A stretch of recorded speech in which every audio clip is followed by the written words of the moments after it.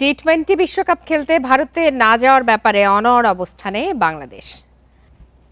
এ বিষয়ে কথা বলতে এই মুহূর্তে রাজধানীর মতিঝিল থেকে আমাদের সঙ্গে যোগ দিয়েছেন জ্যেষ্ঠ ক্রীড়া সাংবাদিক রানা হাসান। রানা হাসান, আপনাকে স্বাগত জানাচ্ছি ইন্ডিপেন্ডেন্ট টেলিভিশনে। আপনার কাছে একটু জানতে চাই শুরুতে যে বিশ্বকাপে বাংলাদেশ নিয়ে যে জটিলতা সৃষ্টি হয়েছে সেটি আসলে কবে নাগাদ কাটতে পারে, কি মনে হচ্ছে? আসলে জটিলতাটাও যেমন হঠাৎ করে এসেছে, এটা আসলে কবে আমরা সমাধানের মুখ দেখব সেটা আসলে এখনো অনিশ্চিত। আজকে সন্ধ্যা পর্যন্ত আমরা ওয়েট করছিলাম আইসিসির কোনো জবাব পাই কিনা। অফিসিয়ালি আমরা এখনো কোনো আইসিসির জবাব বিসিবি এখনো পাই নাই। সুতরাং আমরা আসলে কেউ নিশ্চিত করে বলতে পারছে না যে আমরা ভবিষ্যৎটা কি দেখতে যাচ্ছি।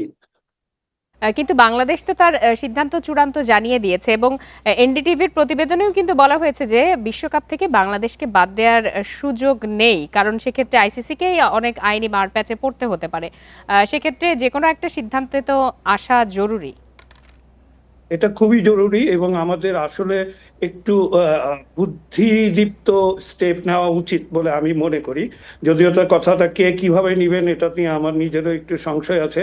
তবে মনে রাখতে হবে যে এটা আসলে call of ICC, not BCB, BCCI or BCB. আমাদের কারো কল না, কলটা দিতে হবে আইসিসি কে।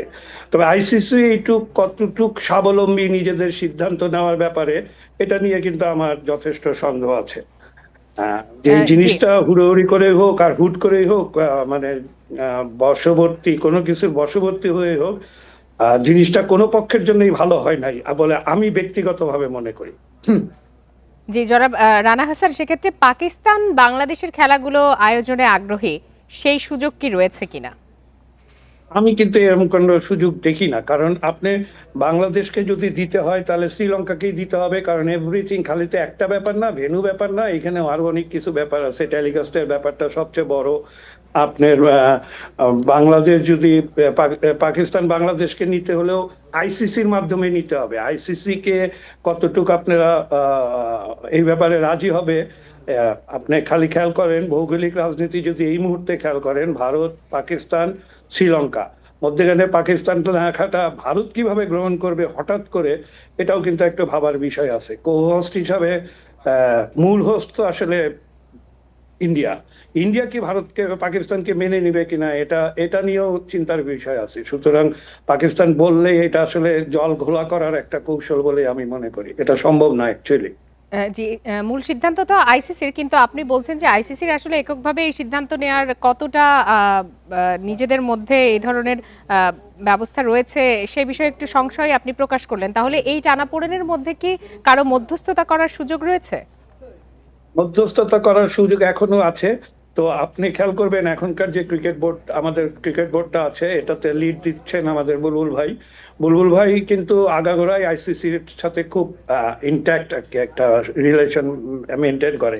তা আমার মনে হয় ওনাকে যদি ফ্রিডম দেওয়া হয় ব্যাপারটা সমাধান করার জন্য, আমার ধারণা বুলবুল ভাই সবল হবে। এখনো সময় আছে, কিন্তু বেশি দিন নাই। আবার এই জি। সময়টাও বেশি দিন নাই, সমঝোতার মাধ্যমে এটা সমাধান করতে হবে। মনে রাখতে হবে ক্রিকেটে একটা থ্রি বিগ ব্রাদার, একটা আছে, ইংল্যান্ড, অস্ট্রেলিয়া, ইন্ডিয়া। এই তিনজনের তিন মোড়ল বলে যাকে আর কি। তিন মোড়লের আবার টপ মোড়ল আবার ভারত। সুতরাং ভারতকে ফেলে দিয়ে আইসিসি কতটা সিদ্ধান্ত নিতে পারবে কিংবা নেওয়ার যোগ্যতা সম্পন্ন, এটা নিয়েও আমার সন্দেহ আছে। সুতরাং ভারতকে রেখেই সমঝোতায় যেতে হবে বলে আমি মনে করি। জি, জনাব রানা হাসান, আপনাকে অনেক ধন্যবাদ আমাদেরকে সময় দেওয়ার জন্য।